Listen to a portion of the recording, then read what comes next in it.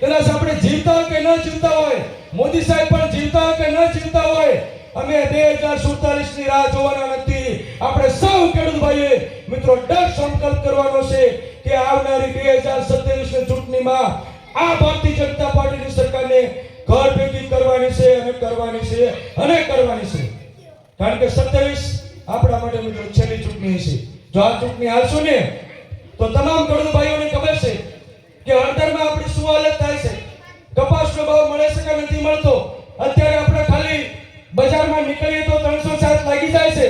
પણ ફરી જો 2027 માં ભાજપની સરકાર આવશે ને તો આમ ખાલી કોકની સામું જોઈશું ને કે રમેશભાઈ એટલે આમ જોશું તો 307 લગાડી દઈશ. આટલો અત્યાચાર મિત્રો ભારતીય જનતા પાર્ટી હવે પછી આવશે તો કરશે. આ બધા ખેડૂતો મારી વાતને પૂર્ણ કરું છું. આપણે બિરજાભાઈને સાંભળવા છે કે છેલ્લા 10-12 વર્ષથી કપાસનો ભાવ